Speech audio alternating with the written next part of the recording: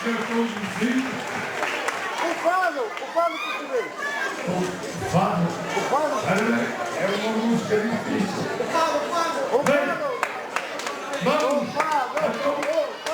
oferecer o fado português. O nosso amigo Paulo é o único cabeça disso e o compadre.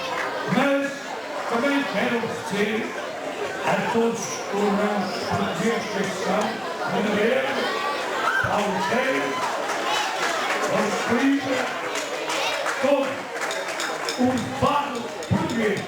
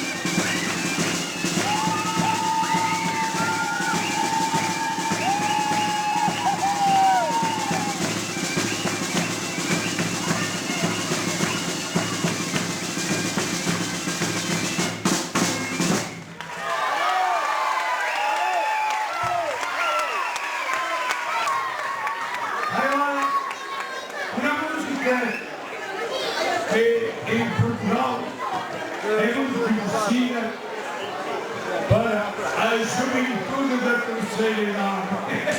É a ternura dos coelhos, do português e também do espanhol.